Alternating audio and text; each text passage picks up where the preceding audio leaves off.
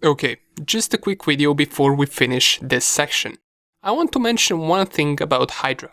Now, Hydra is a powerful tool, and it's not only useful for brute forcing web pages, it can be used to brute force different services as well, such as SSH, FTP, and others.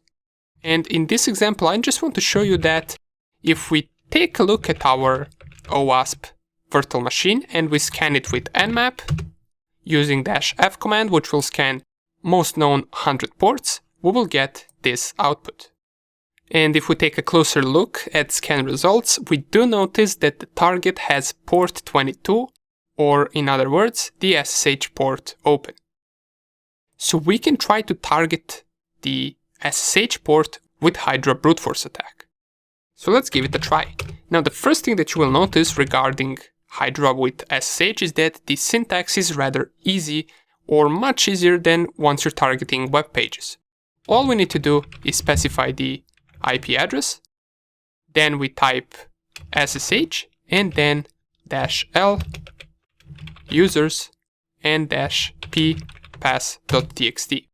And this will run the attack on SSH port with these two lists. Now, since we don't have the correct username and password inside of these lists, it gave us an output that 0 valid passwords found. Now, let's add the correct credentials right here. The correct username is root, or we already have root, so we can just leave it like that.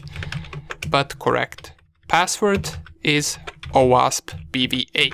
So make sure that you add OWASP BVA inside of the passwords list. And if I run the command again,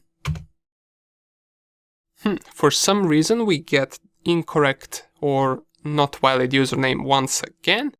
So perhaps we need to add another option. Let me just go to the help menu real quick. And let's try adding -t option, which default is set to 16. We're going to lower it just for the purposes of this command. So let's type it right here, -t4, and then SSH, and then users and passwords.txt. And here it is.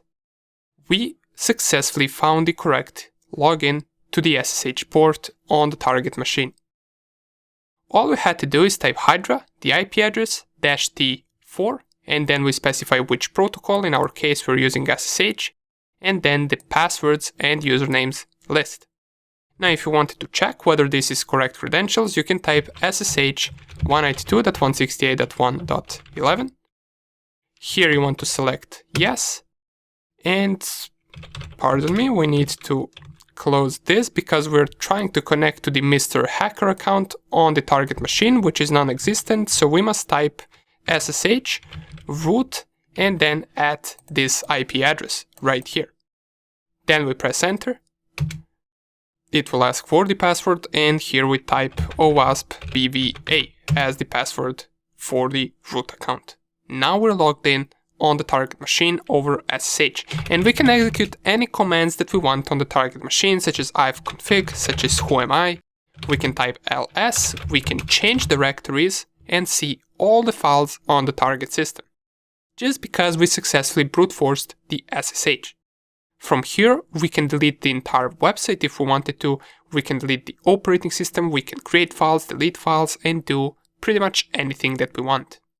Okay, I just wanted to show you this, that there is another possibility with Hydra besides just targeting web pages. Nonetheless, we're officially done with the brute force section, and in the next lecture, we're going to take a look at sensitive data exposure.